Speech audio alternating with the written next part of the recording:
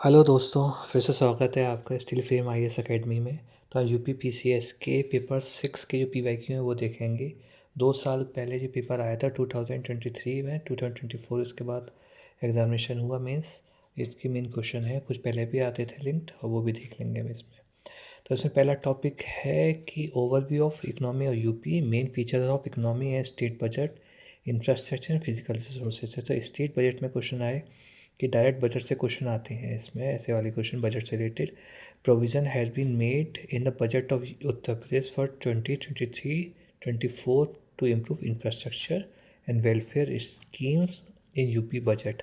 देखिए मतलब डायरेक्ट ही क्वेश्चन है, इसको इसलिए देख के जरूर जाइएगा। जो उस साल का बजट होगा ना, और 12 मार्क्स का क्वेश्चन आता है। इसका इंफ्रास्ट्रक्चर क्या आएगा, जैसे 2024 में आया, critically analyse the extent to which infrastructure development in UP has contributed to economic diversification regional equity. तो इसमें बता दीजिएगा, जैसे वन डिस्ट्रिक्ट वन प्रोजेक्ट है, बहुत सारे आपके एक्सप्रेस वे हैं, एयरपोर्ट्स हैं, और नेशनल वाटरवे वन है। तो इसका कंबाइंड इफेक्ट दिखा के रीजनल इक्विटी में से ईस्टर्न वेस्टर्न में क्या इफेक्ट पड़ता है। Main features of Indian of UP economy में आता है।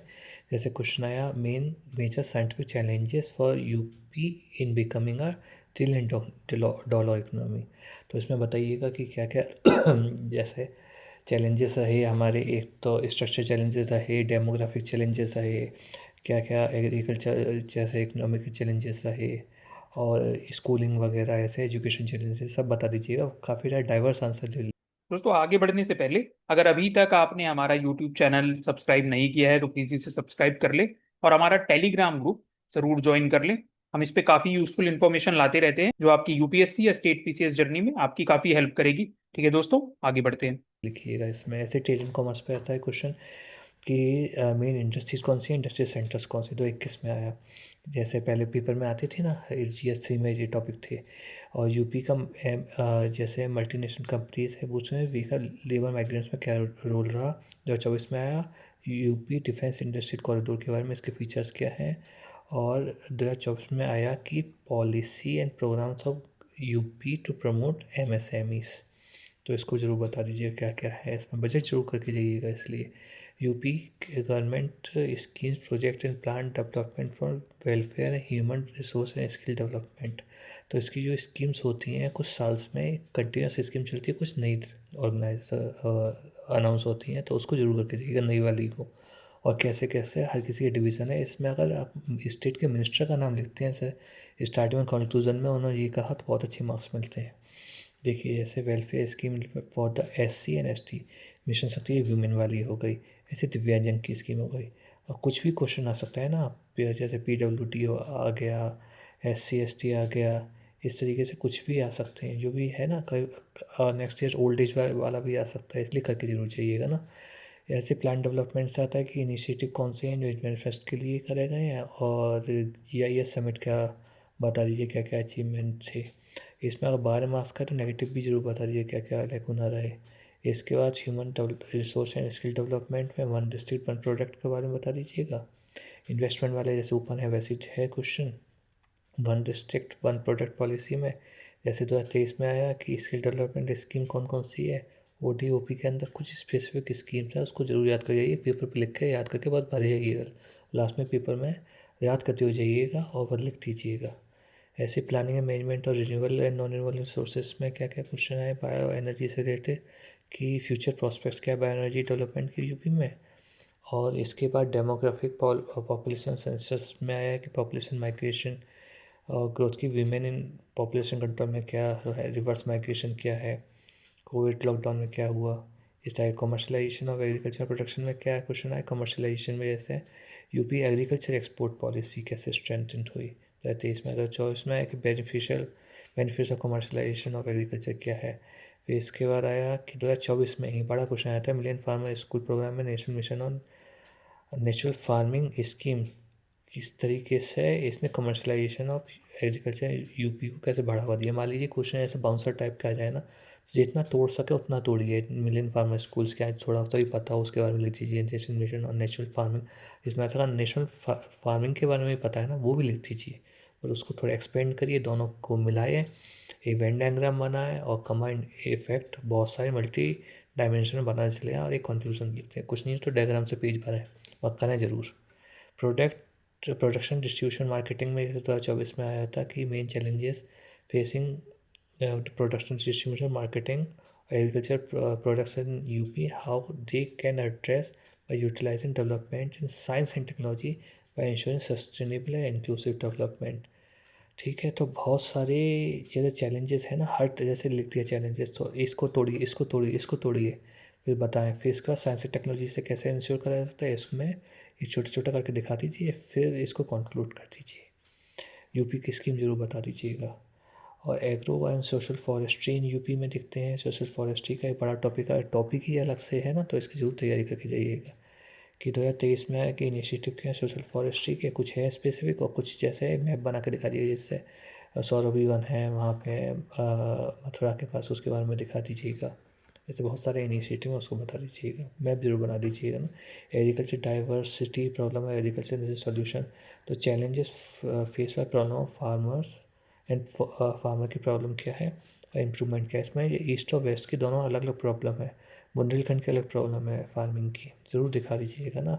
जितना ज़्यादा डाइवर्स आंसर बनाएंगे, वाइड आंसर बनाएंगे, उतना अच्छा लगेगा। 2023 में आया कि यूपी का मिलेट रिवाइवल प्रोग्राम के बारे में बताएं। फिर आया कि जोग्राफी रिलेटेड क्वेश्चन आए कि 2018 में जोग्राफिकल अकाउंट दीजिए, बुंदेलखंड का पहले का क्वेश्चन आता था ये। 2020 में आया कि फिजिकल रीजन कौन से हैं। 2024 में आया जोग्राफिकल रीजन कौन से यूपी के, उनका कल्चर सिग्निफिकेंस क्या है। 2024 में आया हैवी टाइट कंडीशन फ्लोरा और fauna in 3 eco zone of UP. मतलब इनको डिवाइड कराना है, मैप जरूर बना दीजिए इसमें और उसका आंसर लिख दीजिए। एजुकेशन में बताएं कि give an account of minor irrigation projects of UP with suitable examples, इसका जरूर बता दीजिएगा।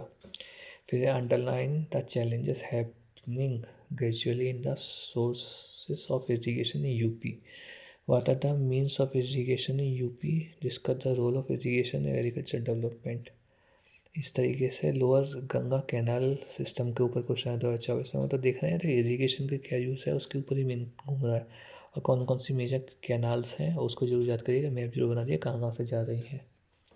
फिर वेजिटेशन इको जोन में कौन कौन से टाइप की वेजिटेशंस हैं, ब्रॉड क्वेश्चन पूछ लिया गया, इसको मैप से दिखाइएगा। मिनरल में जैसे बुंदेलखंड का पूछा। National park and wild life sanctuary topic है, इसमें ecological importance of wild life जी पूछ लिया 2023 में। 2024 में रामसर साइट्स के सभी बारे में पूछ लिया और उसके फीचर्स क्या हैं ये पूछ लिया।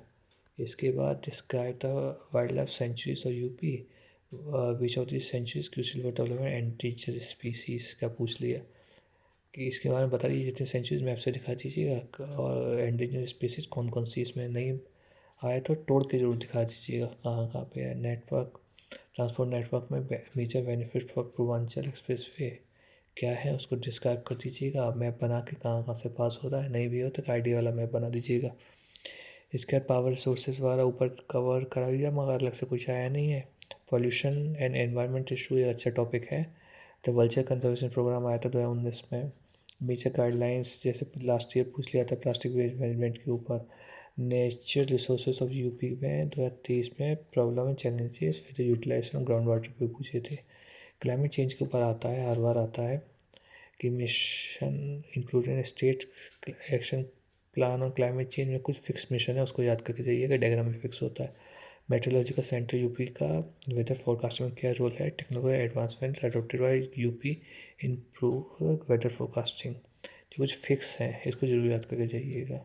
ठीक है। Habitat and ecosystem fauna flora and fauna with reference to UP, तो विज़न प्लान 2030 का एक आया था, पहले ही लॉन्च करा हुआ, तो उसका क्या है। फिर साइंस एंड टेक्नोलॉजी वाले बहुत सारे क्वेश्चन आते हैं। मेजर ऑब्जेक्टिव क्या है इनोवेशन प्रोग्राम के CST यूपी के।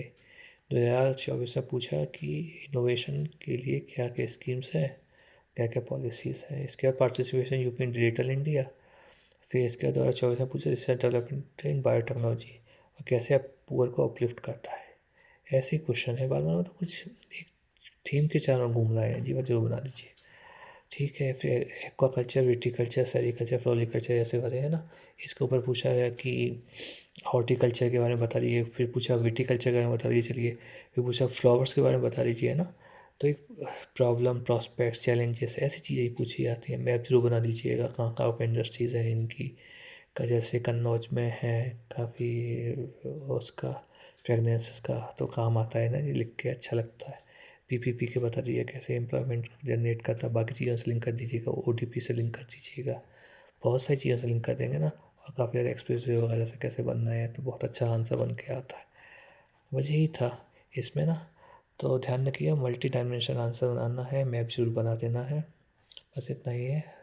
चलिए, ऑल द बेस्ट।